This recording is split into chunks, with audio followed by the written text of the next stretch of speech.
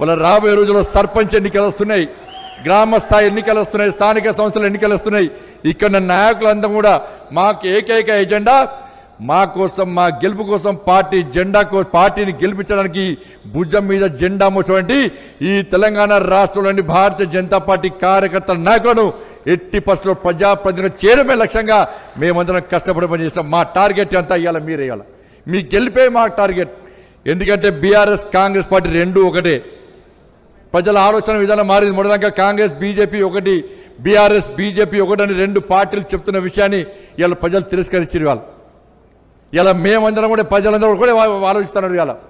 ఇలా కాంగ్రెస్ పార్టీకి శాసనసభ్యులు పోతున్నంటే కేసీఆరే ఇలా బీఆర్ఎస్ పార్టీ ఎమ్మెల్యేలను కాంగ్రెస్ పార్టీకి పంపుతున్నాడు. ఈ తెలంగాణ రాష్ట్రంలో అయితే బీఆర్ఎస్ పార్టీ ఉండాలి, లేకుంటే కాంగ్రెస్ పార్టీ మాత్రమే ఉండాలి. భారతీయ జనతా పార్టీ కనుక తెలంగాణ రాష్ట్రంలో అధికారంలోకి వస్తే మనకు పుట్టగతులు ఉండవు.